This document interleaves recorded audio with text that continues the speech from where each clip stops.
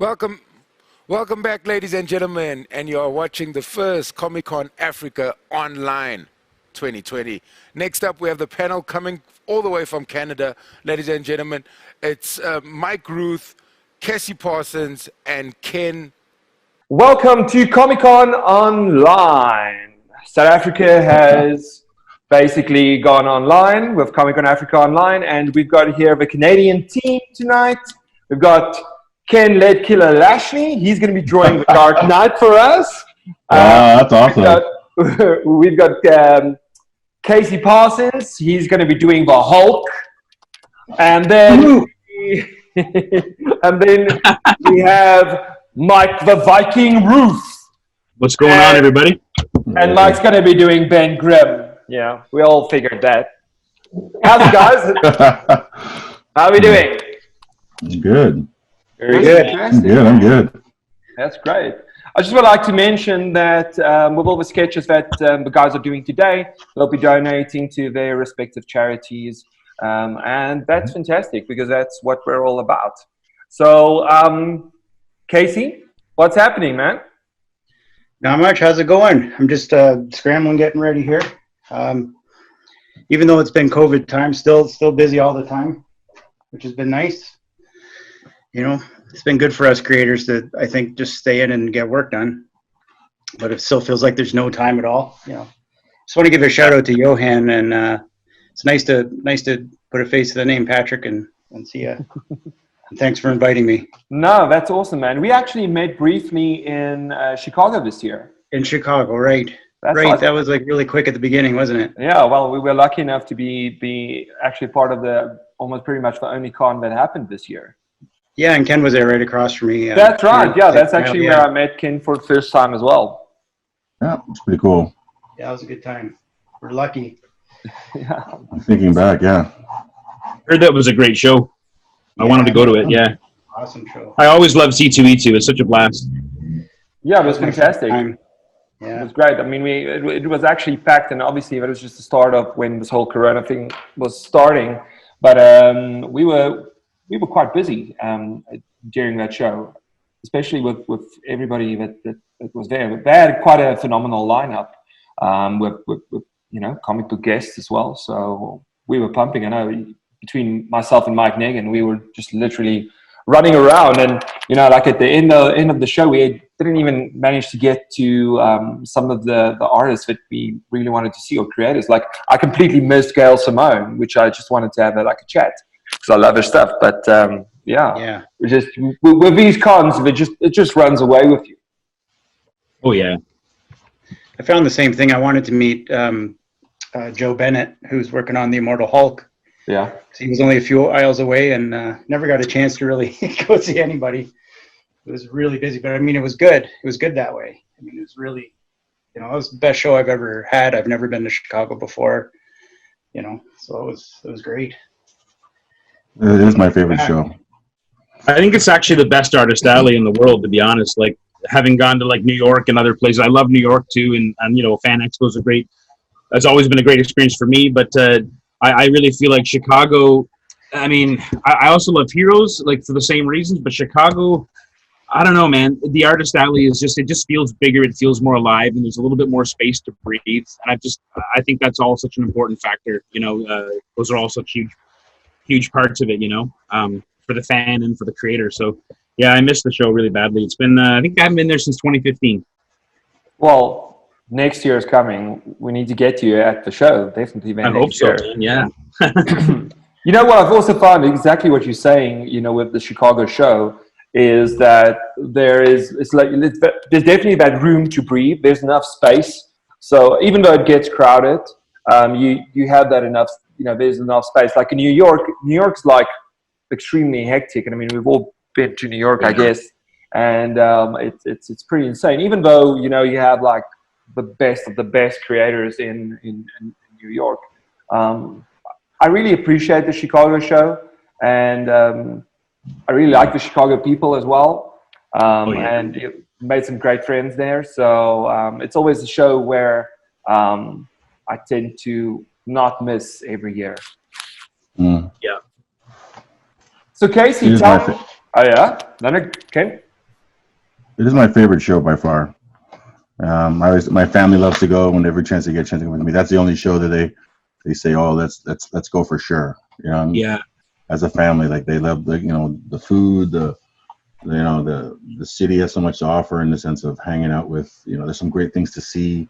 I just think overall it's their favorite show, so, and it's really close to logistic wise, it's really close to Toronto, right? Like it's a maybe like an hour flight, hour 20 tops, and it's actually, they love the pizza, and you can't go wrong with it, right? It's only a 10-hour drive too. It's nice. Yeah. I drove it. We did it twice. We drove it twice, and it was a fun drive. You just get going, and then you're in Canada, right? So it's a pretty fun. I enjoy it. It's one of my top. I would say my favorite show that I go to every year. Well, that's currently it's your top favorite show. Until you come to South Africa, then we might change your mind a little bit on that. Okay, that's good. That's awesome. Yeah, it's been a crazy few years doing shows. I didn't do shows for a lot of years. I just was not. I just didn't do them. I just was like doing other stuff. I didn't know why I didn't do them for a lot of years. And then about 7 years ago, I said, yeah, I'm going to start doing shows. And I don't know why I waited so long, because it's so great to travel the world and meet some amazing people, and such as yourself, and just things like that I just never thought about, because I just I'm going to work, and shows just cut into my time to get stuff done. But I think it's probably my favorite part of my business now. It used to be the work was fun, but now meeting new people and meeting new fans from all over the world is probably my favorite. Can I share a very, very quick story about my first time in New York City with Erica, my wife? We were just setting up on the first day of New York Comic Con, and in comes Ken, and Ken wasn't even tabling that weekend. He was just there, like, walking around and just being Ken, like just being awesome. And we were still unpacking our table, and I had my suitcase out, and I was just like freaking out, trying to get set up before the show opened. And Ken walks up. He's like, all right, well, I'm buying your sketchbook, and I want to sketch right now. And I didn't even have my pencils out yet. And that man stood there and made me sweat. And I carved out a horrible drawing for him because I was just like, that's the way life goes. I don't know. That was how I started my comic, and I was lit up all weekend long, man. It was wicked. It was a wicked time, and I always wanted to thank you for that. I appreciate that. It's funny, because that show, actually, I was a guest of Autodesk, and I was, and that's right. Yeah, and they just flew me in for that weekend, and I was supposed to be doing live demonstrations of art, whatever. So I really didn't have anything else to do. Like I was, I was like my hour per day that I was supposed to draw, I was finished, or I was about to start, and I was just let's just walk around. And actually, it was great to just walk around and not to be, let's do this, let's do that. It was great, and it was great meeting you. And also, you're one of those guys who is one of the hardest working guys in comics. You're always hustling and doing cool stuff, and I don't think you at the time that's just changed, but get the respect that you deserve for the work that you do, right? So it's good to support the people that are talented people in the business, because you know how it is in Toronto. But you're one of the guys, so thanks, dude. Well, I appreciate that, man. That means a lot. I just hope they come back. It was only my first time getting out to New York and Chicago, so I hope it's not. I hope they're not over now. I wish I was having those experiences with you guys like years ago. I feel like I missed out a bit. Like jumping in the industry late. I felt like I jumped in late, and I jumped in about 10 years before you. Like, I think it was that shared in college experience. It just beat the living crap out. It beat the comics right out of us. It beat the whole idea out of our heads. Not to knock them too much. Like, they taught us a lot, but I mean, oh yeah, professional, and then how to pull all-nighters all the time. Oh yeah, we cut our teeth for sure, but there was the discussion. The comics was not one that was had unless you really did stand out in that style. And at the time, I guess I just didn't, because they really worked hard for 3 years to convince me that I would never make comics and I shouldn't even try. So that was awesome. That's my experience, right? So I actually didn't do that for the first 10 years of my career, 10, 15 years of my career. I did stuff for advertising and for charity work and for all manner of, basically wherever I could get an illustration in, I would do one, whether the job paid or not. I just got published as many times as I could, wherever I could. And then eventually said, you know what? I had a twist of fate in 2010, and I said, well, I'm 35. I'm not healthy. I want to do this, you know, I just want to go. And, you know, I wish I did the same thing, though. I mean, they did the same thing to me. I went to Sheridan because I wanted to learn how to draw and paint better and get, like, you know, life drawing and all that kind of experience from professionals, and then apply that to comics. That was my whole purpose. And then they kind of like beat it out of you, like, don't do comics. Comics are dead. Yeah. You know? But I didn't have that awareness to just like believe in myself and get back into it that quick. And you know, I went to the fine art world, which didn't do me too many favors either. I mean, I love it, but it's just it's a hard world. Tough Oh world. yeah, man, it's tough. But I'm finding the love in comics for sure now. Such a different experience than you guys. I got in way before you guys, so it was just a different time, and everyone loved comics, and it was like, you know, millionaires and trillionaires drawing comics. You know what I mean? It was such a different. You were in the early '90s, weren't you? Yeah, so it was like, I remember you doing X-Men stuff like way back. Yeah, you know, I mean, those guys are pulling up to comic conventions and, you know, Porsches and stuff, and you're thinking, that's what I want to do, right? You know, it's like the Image guys give you sort of like, this is how the world is. Come on, come and join us, right? And it was and then Marvel made it pretty clear that they were never going to let any artists, you know, take over books like that. So there was like the time when they said put the character back in comics, and they really made sure that it was the character, not the artist. So I was unfortunately in the next wave of guys after they got burned from Image, and they they were like moving guys around. They were just not going to get burned by another group of artists. Right. And it's still like that today, where they just, you know, move guys around every 3 or 4 issues. You know, it's a very interesting time in comics. And I mean, a lot has changed since that time. I mean, in South Africa, I mean, it's pretty strange. We had this distributor called Battle Axe. They basically brought in the DC comics, and you had like this little Axe logo on the comic books, and they brought in Spawn and all that, and we were basically introduced through that distribution channel, and a lot of the stuff that we really got, you know, more like the educational stuff, was basically through television.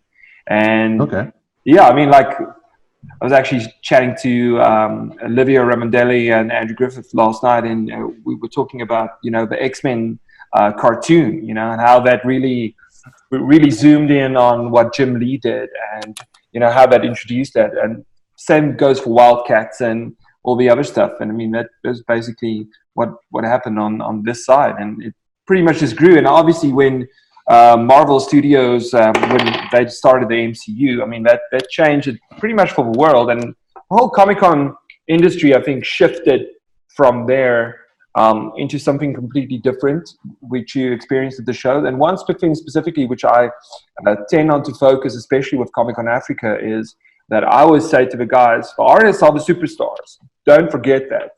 This is where it started.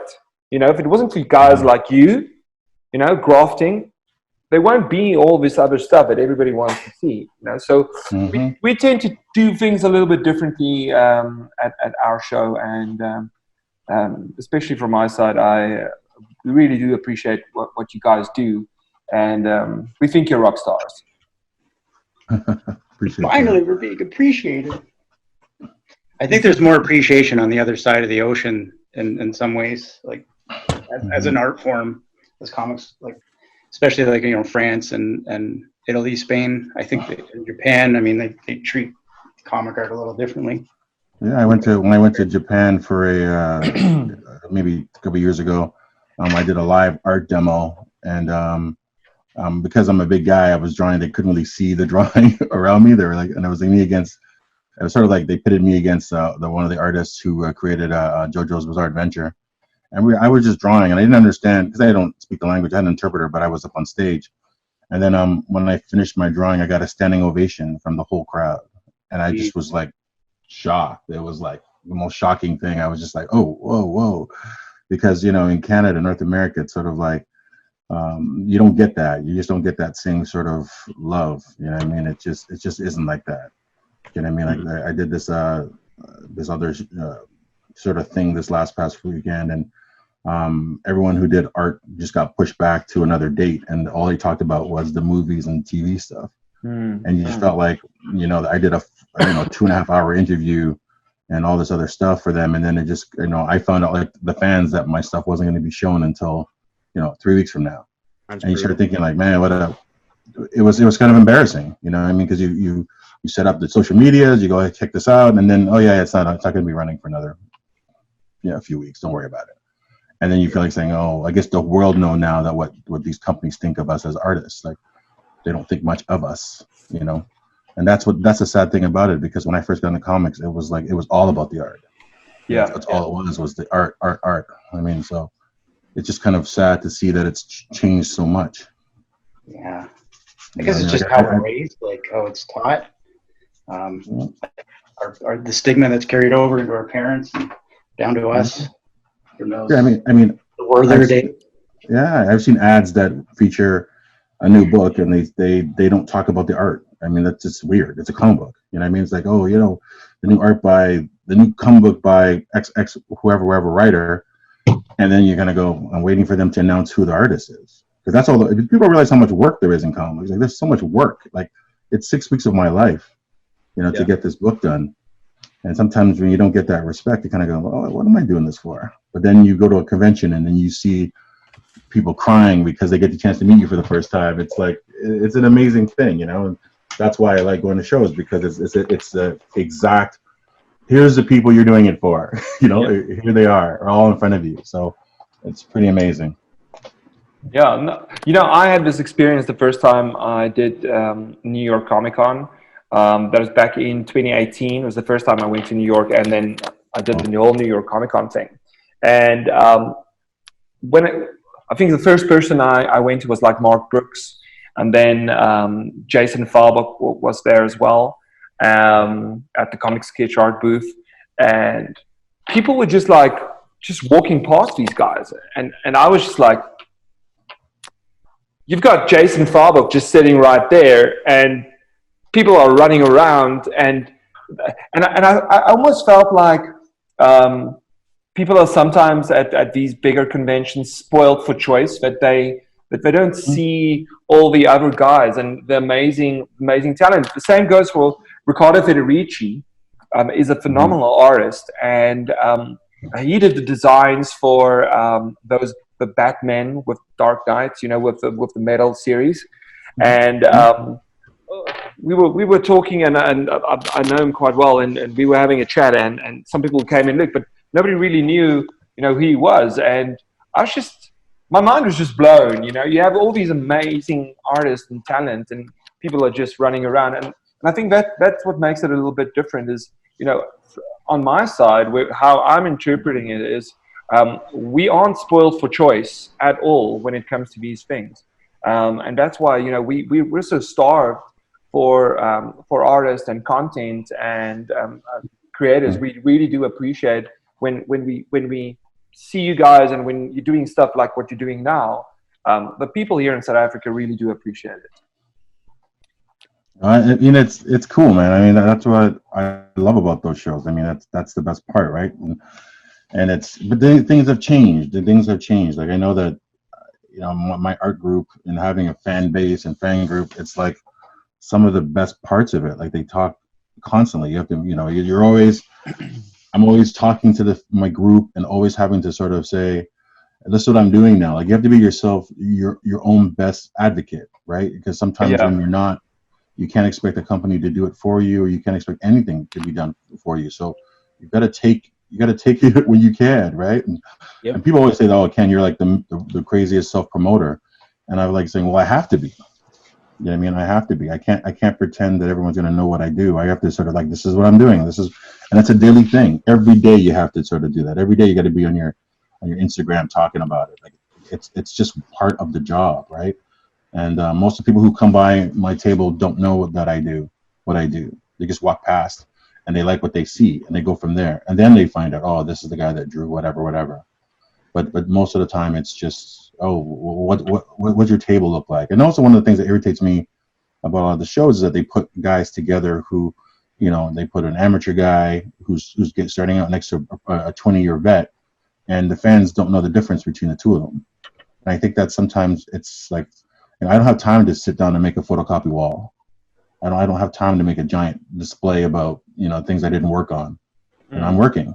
So when you go next to a guy who's sitting there who has time to make all these wicked posters, you're like, well, I actually drew the book. It's a big difference, right? So that's what I'm saying. I like shows that make sure that everyone knows the difference between the two. Yeah. But you're extremely active on social media as well. That art of Ken Lashley, that group's just on fire.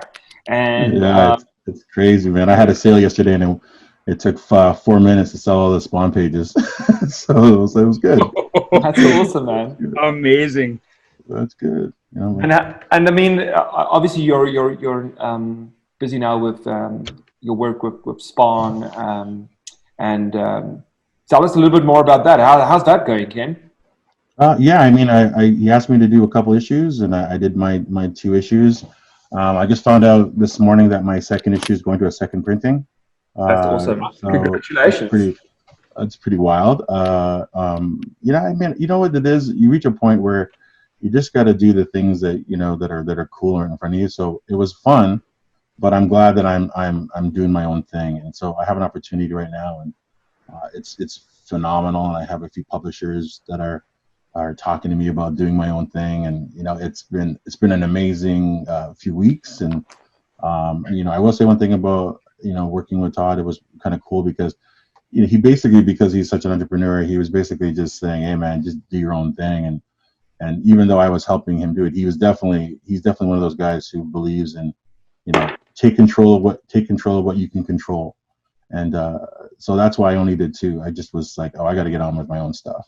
He did kind of allude to, hey man, the numbers are so good. Hey, you wanna there's a 25% bump in the issues that you did. That's and I was like, yeah, it's cool, but okay. But I'm definitely going to do my own thing. It's exciting. It's really super exciting. So that's a nice feather in the cap, though, man, for sure. Yeah. Yeah, you're right. It's I can't complain. I can't complain about my situation compared to working with Hasbro and working on the new G.I. Joe line and X-Men toys, and it's just an amazing thing to be able to work on some of these having your G.I. Joe with your face on it, or I've been so blessed to work with some crazy stuff. So it's great. Even getting a chance to work on Spawn, it's like call you out of the blue and say, hey Ken, you want to work on this book? And I was like, yeah, that'd be kind of sick. Just coming off of Spider-Man, and then it's just great. Now I'm doing covers for DC and Marvel right now. I just did a Thor cover that went out yesterday. So it's just this crazy balance, and no one cares. It used to be like, oh, you can't work on Marvel and DC at the same time. No one cares about that stuff anymore. I just want the most talent you have. The most. Did I hear you say you just did a Thor cover? Yeah, I did Thor this week. Oh man, I can't wait.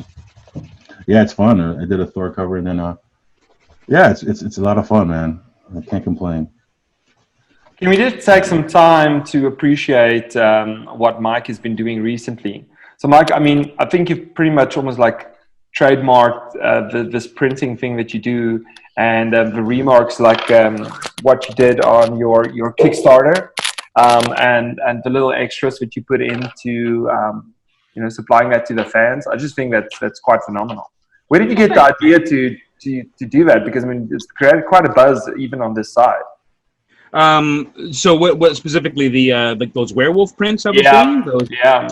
So yeah, the remarked prints. So I actually got that idea years ago from my friend Ben Templesmith. He had this kind of standard looking zombie character, black and white line drawing, just no detail, just sort of like a plain Jane, zombie, shirtless zombie, kind of wandering towards you on this 11x17 print. And he decided to do these series of remarked prints. This is going back about 2013 when I first met Ben.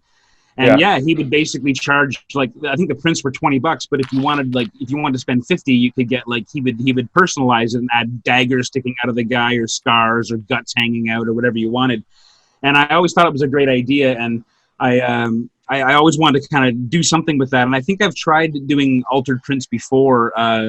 But this time, our Kickstarter was actually successful, so I had 10 of them to do, and they were a blast. It was fun because I just kind of started with a stock black and white print of a werewolf, kind of on a snowy cliff, just basically like a basic line drawing with a bit of tone, and left it wide open to just do whatever. And I got some interesting requests from different folks who supported Dodge, which is the comic, and it was a lot of fun. It was I think it's there's a lot of room to create unique original art that's vastly different from the one before, and they're all based off the same framework. And it's maybe a more entry level art collector kind of tier for people who maybe can't afford like a fully fledged 11x17 commission, but this is something that's a little cheaper, that's still an original art, but based on an existing frame. So yeah. Okay, that's fantastic. And can you tell us a little bit more about Dodge, that Kickstarter that you did? Yeah, so Dodge is a comic that was written by Matt Nixon, who's the author of Retcon, which was an Image book in 2017. And he contacted me in late 2017 about doing the prequel to the book because the series was fairly well received, and the character that stood out the most for people was this character called Chris the Animal Dodge, who's sort of like a special, like a commando super soldier type, with a unique ability to transform into a bear. And he's part of like a team of like a special ordnance disposal unit that's basically like it's almost got like a bit of a, without oversimplifying, almost like a G.I. Joe meets Hellboy kind of story where they take on supernatural supernatural enemies to the earth and this type of thing. And so it was in this story, it's sort of evil character from Russian mythology, and it takes place partly in Vietnam and partly in 1985 when the team is reunited for another mission. And it's a 4-issue series, and issue 2 is already done, so we'll be having a Kickstarter for that soon, and to follow up on number 1. And all my fulfillment for number 1 went out. I finished them up before I left for a little vacation to Quebec last week to visit my in-laws and my wife's family, so I'm feeling pretty good. I've got a couple of covers to bang out this week for some big exciting books coming out soon for Big Country Comics. And Dodge issue 2 is happening probably in September. We're going to run a Kickstarter, and I'm really excited about it. I'm really excited. It's so amazing to I can't say that I'm the creator of this, but I'm a guy who did the artwork and kind of brought life to a character and a bunch of characters. So it feels like mine. If I'd love to see them made into toys or something like that one day. That would be the ultimate dream. But I'm really enjoying it, and it's got all the things I like. It's got werewolves and monsters, and I don't really like military stuff so much. I certainly don't like drawing it so much, but there's a fair bit of that. So I've had to kind of earn earn some points trying to draw tanks and guns well and all that sort of thing. But it's been a big experience, a big learning experience, big bit of a wild ride. That's awesome, man. And a little while ago, I saw you were doing this whole sketch range. This every day you were doing you were painting or drawing specifically with everyday objects or objects that you could just find. Oh yeah, like the Found Object series. Yeah, they were fun for Inktober. Yeah, they were a lot of fun. I'll probably do something similar again soon. That was a really successful thing. That all the pieces sold, and I wasn't expecting that. I was really doing it as a way to kind of I'll be honest with you. It was a preservation of my mental health, going through a fairly tough time last year. And I just wanted to do something that felt like it was truly uniquely my own, and see if I could kind of, for lack of a better word, save my ass, pull my ass out of the frying pan and see what I could hustle together just on my own merits. And, sometimes you see, people using all kinds of fancy equipment to draw with, and I more power to them if they have it. But there's something incredible about picking up a twig or picking a flower out of the garden and dipping it in ink and seeing what kind of marks you can make, and then suddenly being inspired by the limitations of that thing, whether it's a broken pencil crayon or it's a GI Joe action figure weapon, or it's something else that can be dipped in ink and made marks in a page with. So yeah, it's a really good exercise. I would encourage any artist out there, if you're out for a stroll, you're out to get into fresh air, and you see something interesting like a mushroom on the ground that's dried up or something like that, a funny looking twig, a funny looking leaf, bring it home, dip it in ink, slap it around a page, see what kind of marks you can make. See if you can make a figure out of it. See if you can make a face out of it. See if you can make something happen. And you might be surprised at how inspiring that can be. And you might suddenly have another whole set of tools in your arsenal for future drawings. Like if I ever do get the chance to draw a Swamp Thing for real, I would be remiss not to include some of those techniques if I was drawing Swamp Thing, doing a big ink drawing of Swamp Thing. I would definitely want to employ some of that methodology for sure. Awesome. Casey? Hi. I thought you were saying something. Yeah, that would make good sense for Swamp Thing, like using, actual pieces of the swamp in a sense to. Yeah. Yeah, that's actually cool. a pretty good idea.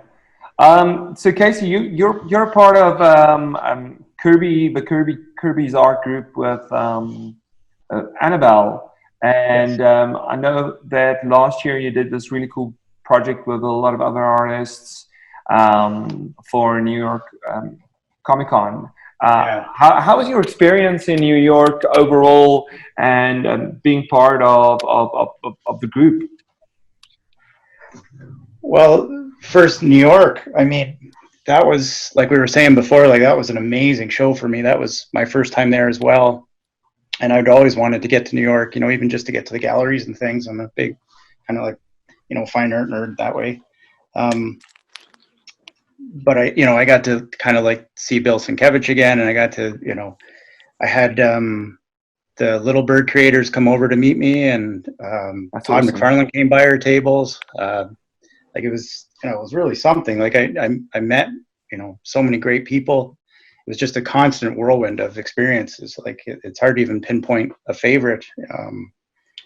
I had Jason Sean Alexander behind me, and I kept going over and, bugging him too. He's fun to talk to and nice guy. Like I had a crazy experience too.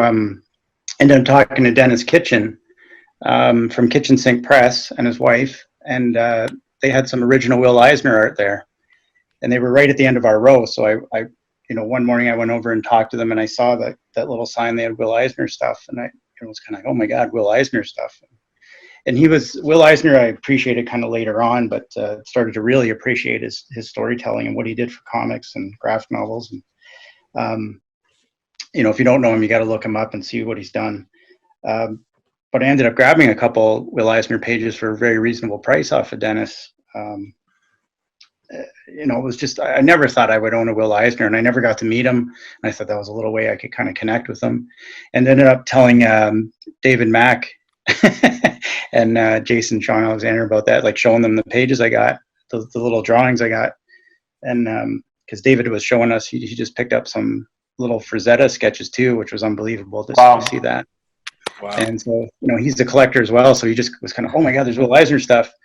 So I ended up watching David Mack's table for about an hour and a half or so while he was over talking with Dennis. And like I took him over there first, and then it's like, oh, I guess he's going to be here for a while. So I watched his tables kind of like going back and forth. And then Jason ended up going over too and shopping for a bit. So I was kind of running back and forth between their tables, watching them and telling people, oh, they'll be right back, And Jim Mahfood was right in the middle. So I'm kind of running behind him and apologizing.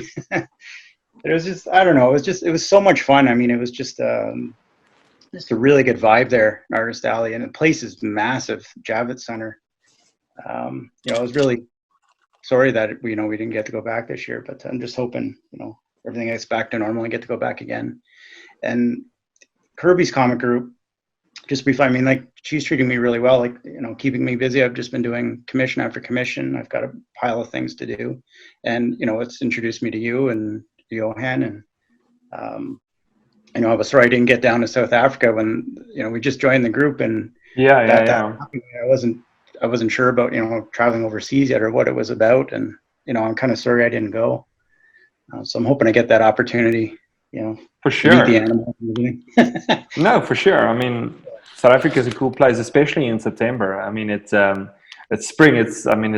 Spring is pretty much starting right now, so the weather is really nice. And apart from that, it's a good time to visit the country as well. I'll have to get you to Canada. Hey, I'll have to get you both to Canada, I think. definitely. I mean, I spoke to Mike the other day, and I'm keen. It's on my list next year. Like, I just want to travel next year. I want to do all these different shows next year, and take the family, especially to Canada. So no, we've been chatting. So it's on the books. I'll definitely want to come and visit, maybe even attend, because you've got that fan expo that happens every year in Canada. It would have been happening right now. Is it? Okay, so it's during this time. Okay, in August. Okay, This weekend. Yes, it'll be late August. okay. This might be strange for people to hear that since it's pre-recorded, but yeah, late August, or it used to be like Labor Day weekend here, which would have been like first weekend in September, but they bumped it back to the original late August date, and it's huge. I think it's the third biggest show in North America. So they say. And everything. Yeah. Here, puppy. That's my dog. Oh, nice. We have a new dog, and everything is like she's trying to figure out, and she wants Oh, to that's kill awesome, man. She wants to kill everything. What kind of dog? It's a wiener dog, actually. Oh, nice. We got it from a rescue. So Oh, wicked, man. My wife said, "Do you want to do this?" And I go, "Hey, I'm not. Whatever, whatever." Her name is Dixie, and she's really aggressive for a little tiny dog, but whatever. I like those dogs. I mean, she's fun. Wicked, man. So Casey, tell me a little bit more about your inspirations in your art. Did you specifically look up to certain artists? How did you develop your style? How did you work on what you're doing now? I think the style development is sort of ongoing. I ended up partnering up, opening up a shop, or reopening up a shop, Comic One Books in Stony Creek in 2013, and getting really back into it and looking up artists, and then looking up those artists' influences and looking up those artists' influences. So I kept working my way back, and kind of looking at guys like Hal Foster and Al Williamson and Gray Morrow and Alex Raymond and all these guys. And then right now I'm kind of into guys like Bill Sienkiewicz is kind of sort of a god to me with his stuff. I like those guys they almost seem to like break past that comic illustration thing. Like they're just like artists. They're just like fine artists. Guys like George Pratt and John J. Muth and these painters and these guys use like mixed media techniques. So I'm kind of like still experimenting all the time, and I guess it's like an ongoing thing, right? I don't try and think of style too much. I'm just trying to just go like, hey, this might be kind of fun to let's see what happens when I do that. I don't know how this is going to turn out, but sometimes I end up destroying my paper trying things. That's okay. That's how you learn, right? Exactly. Yes. Yeah, figuring it out as I go. Trial and error. Something that I really do appreciate, Ken, especially with the stuff that you're currently putting online, is you do these little stories. You share like the stories. And one story that specifically sat with me was when you were explaining about this lady that came into your office, and you asked her if you could help her, and she's like, no thanks. She walks past you, and she asks another guy, she's dropping off this portfolio for Ken Lashley. Where's Ken? And then,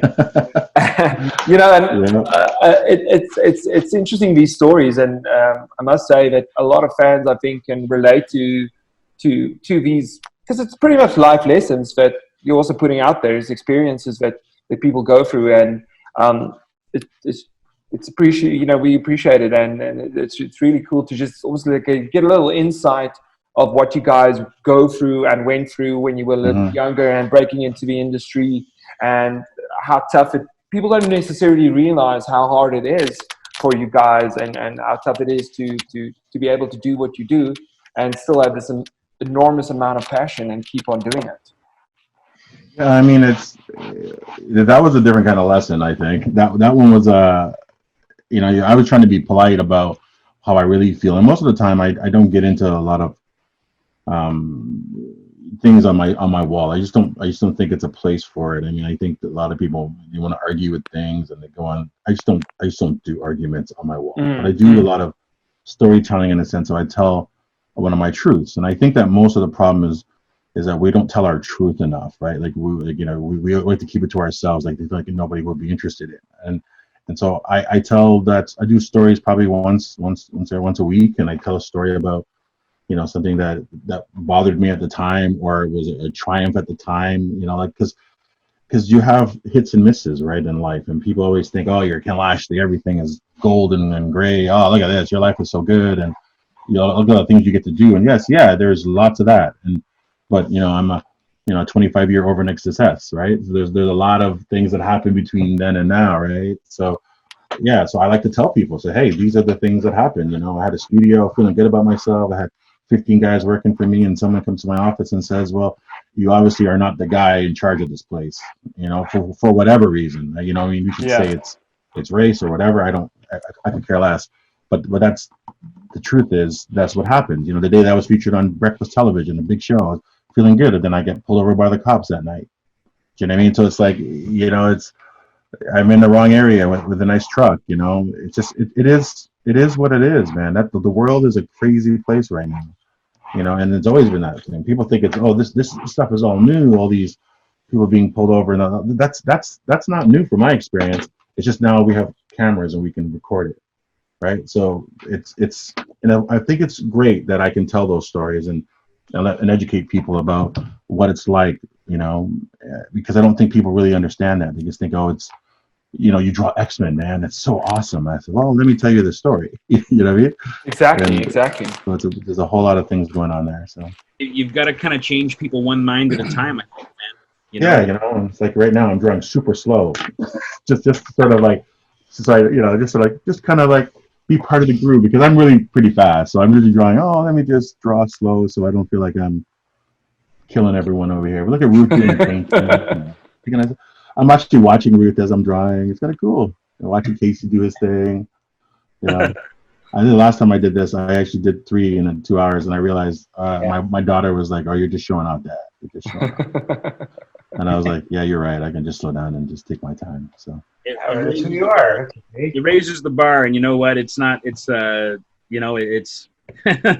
We appreciate you just joining us, but the fact that you're toying with us never crosses my mind at all. No, I'm not. I'm just taking my time. We're just like toys in the cat box, like our toys in the playground. It's fun though. It's good. It raises. I came here today prepared to to make the best drawing of thing that I could in 40 minutes, and because that's the only game you play when you're up against guys like Casey and Ken Lashley. And Ken's doing it with his eyes closed right now too. Yeah, I'm actually I left the room 20 minutes ago. Yeah. We're just drawing against your hologram now. Yeah, I'm done. We're just have. I think it's fun. I mean, it's everyone has their things, right? Like that's why I'm able to do like 4 or 5 covers in a week, because I just don't. I got to get on with it, right? So. People always laugh and say, "Oh, you're so fat," but it's really about staying alive in this business, and that's why that's my thing is speed. I think if I was to make everything a beautiful drawing, I would only get 1 or 2 done in a week, right? So my goal is to do it as fast as possible and just get on with the next. But because of that, because I'm drawing in ink and I don't draw in pencil, it becomes my drawing is becoming better and better and more accurate. But the speed hasn't gone away, right? So. Right. So the faster I do things more accurately, it just it's working for me. That's what I'm saying. I learned the hard way working on Dodge about the economy of time, and I learned. Unfortunately, I learned it like I'm not gonna lie. It took me basically 4 months to draw the issue 1, and it took nearly a year to draw issue 2. And I mean, I'm juggling other jobs and other things in the meantime, of course, like everyone does. But this was supposed to be the only thing I was doing, and just the way the project kind of. The hurdles, some of the hurdles the project faced, just set me up in a place where it was really hard to do the kind of quality of work that I could accept and also get it out on time. And so I chose quality over speed, knowing that we were probably going to kickstart the project anyway. But it did bungle the schedule because I put too much and kind of set the bar panel for panel. I was treating panels like I treat covers, and you can't draw comics that way. And I learned that brutally on my knees for the entire year of 2018. So it was it's a big lesson for sure. I wish I had that kind of speed, and I know that just comes with practice and that bold application of line with a pen, with no pencil, just going in and hitting it like you do. So, it's something that I work on for sure.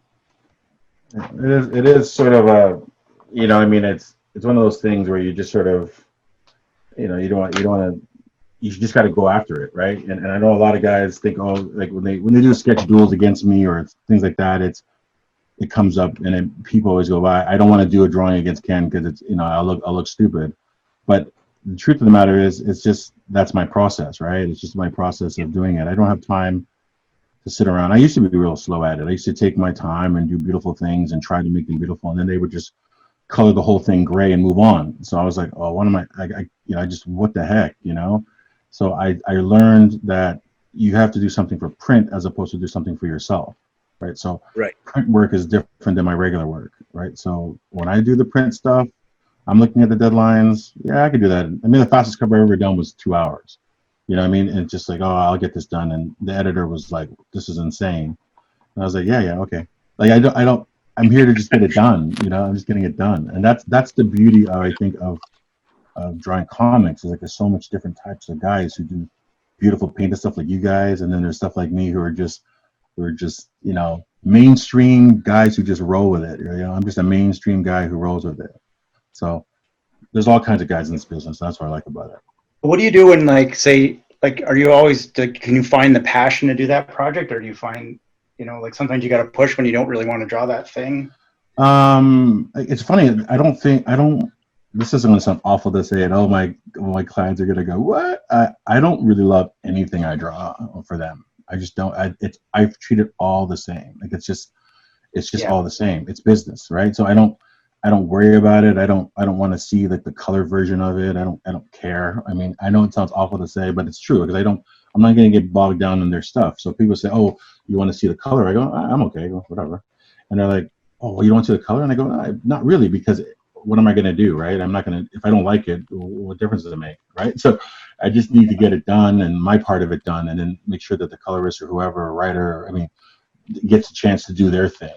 That's all I'm concerned about. It's business. It's like the difference between, like, this is assembly line stuff. This is just getting stuff done. I enjoy certain things more than others, but I treat everything. I have the same love for, a Thor cover as I do, a Boom cover, or I just finished doing a Batman 100 cover, right? So, and it's cool, right? But I don't love that any more than I love anything else. So, and I think that's the problem, because we get in this business because we love things. Like I love X-Men, so I got into it. I love X-Men, and when I drew X-Men, I realized, oh, the X-Men that I love was the one from the 80s and 90s, not the one that I'm drawing today, right? And I realized, oh, I got to be more business-like. I can't be noodling all the stuff, because that's not what the job is. So I've learned that the job is the job, and your love for it takes a back seat. So. Yeah. I find to do a good job, like you have to almost, even if you have to fake it, have some kind of, not like an emotional attachment, but like to get that kind of clear idea of what you want to do. Mm-hmm. Yeah. You have to have some kind of fun or passion behind that idea, to make it work. I mean, yeah, you do. But to me at this point, you go, I get a call and it's a Wednesday, and they say, oh, we need the cover by Monday, right? And I've already told my kids that I'm going to spend the weekend with them doing some stuff, right? If you go, okay, so I got to get this done by Friday, right? And so you have to make decisions about what you're going to do.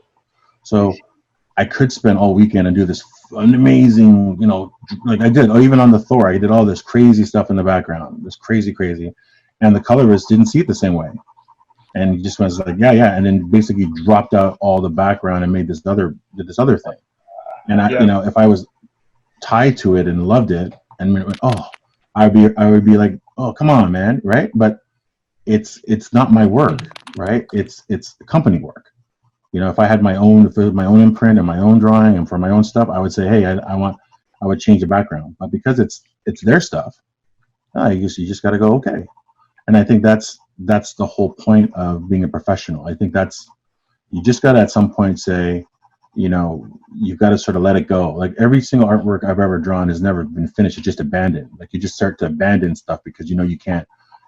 The deadline has to come first, right? So that's what I used to not do. I used to spend all-nighters killing myself to do a beautiful, beautiful drawing of a plane, and then when the colorist saw it, they put a word balloon over top of it, and I was like, oh. You know what I mean? So you just go, okay. Now I'm also drawing for print. Like drawing for print is so different, right? You got to be smart about how you do things, and economy of line and line mileage. Line mileage is something it took me years to figure it out. And then, you know, I figured that out, and then I became better at my artwork. So what do you mean by line mileage? Well, line mileage is, okay, you're drawing something and you could spend 45 minutes rendering an arm, right? And you've done all these lines, and those lines equal miles of work. Oh, So what you do is, instead of killing yourself with all the stuff, you feel like, what are the 30 lines I need to get this whole drawing done, and focus on those 30 lines, sorry. And then that's it. And then you move on to the next thing. And I've noticed that when I did a book in 6 weeks for X-Men, and it was like, I went all this time and went crazy for it. And then I was rushed and I did a book in 9 days. The books looked the same because the line mileage, it was a lot more in the first one, but the lines that had to be there were already there. That's so what I learned. Line, Well, yeah, mileage, like you're wasting miles of rendering. You're wasting it. You're just wasting lines that are not used or are unneeded. I never heard it put like that before, man, but I love it. That makes such perfect sense. That's a good way. Yeah, just things that you like. We do this all the time. Like I'm finished this drawing now. I'm just noodling with it. But what I'm saying is, I could go back and spend another 4 or 5 hours just rendering everything. But it's not going to make any difference to what the overall feel of it. It's just going to be more noodle, right? So you have to know when to say, okay, that's enough. Do you know what I mean? Yeah. Yep. And that's what I really had to learn. I mean, that was the toughest part, because my brain is going, no, finish this and finish that and make this look wicked. Yeah. And then I would see the 9-day book was a very interesting experiment. Well, not really experiment. We were running out of time, and they were like, "Oh, Ken, we need this book done in 9 days." And they're like, "There's no way you can do it." And I was like, "Don't put that on me. Of course I can do it, right?" and then I did it, and then they were shocked. And then I was like, "Well, let's see what it looks like. Put up next to the other one," and it looked almost identical, even though it was 3 times as long or 4 times as long. And I realized the lines that I needed to put in the first one were there already. I just spent like 3-4 weeks noodling it. Right. That's crazy. And I mean, just going back to what you said in the beginning when we talked about you only doing the 2 issues of Spawn, and trying, been going to focus on your own stuff, and I totally get that. When it's business, but when you focus on your own stuff, there's so much more you obviously want to put into it, because that's probably where your passion, you really invested into that focus at that stage. What do you mean? Like which am I interested? Like what we talked about when you mentioned that with when it's business, and you get the job done. But when you're doing something for yourself, it's a different story altogether. So but it's really, it's funny you say that, because the hardest part about that was the deadlines are the same when you do your own stuff. And that's a problem, is that we're always like, oh, I'm going to do this. This is my creator own. It's going to be amazing. But you realize, hey, it's still got to get done in a month, right? So you still got to be able to say, yeah, that's amazing, but you still got to put yourself on a deadline. I have a giant calendar right to my left here.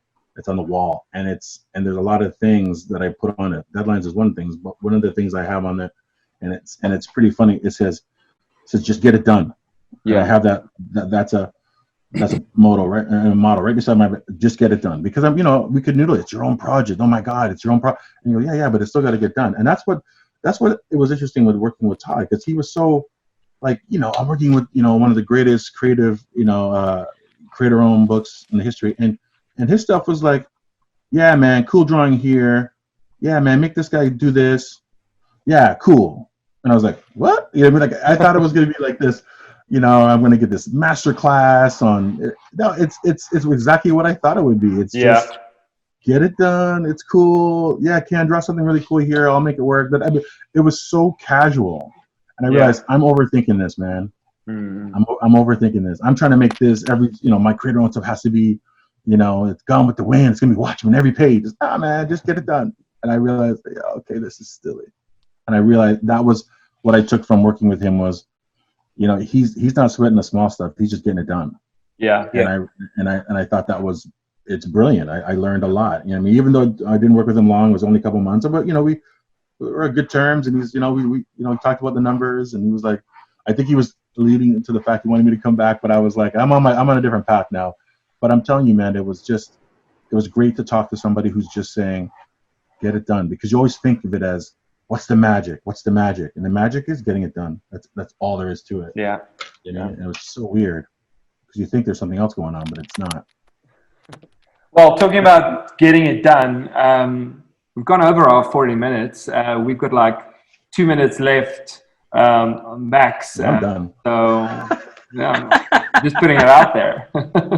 Quick. I'm done. I think I'm done too. Yeah, I took my time. It was kind of fun to do it. Yeah. I need about 7 more hours. Oh, that's wild, man. It's funny, Ken, when you were saying there, just quickly talking about, getting it done. And with Dodge, I think part of the reason that I was so obsessed with trying to do the thing I was hired to do was that it was my first professional comics gig. Like, it was my first, actual interior page gig, and I came out going, I got it. This guy's been published. He's written Wolverine before. He's written Conan. Like, this is like a real writer. Like, and he's a good guy, like an excellent guy. And I wanted to come out swinging hard, and I think I get it. I have learned.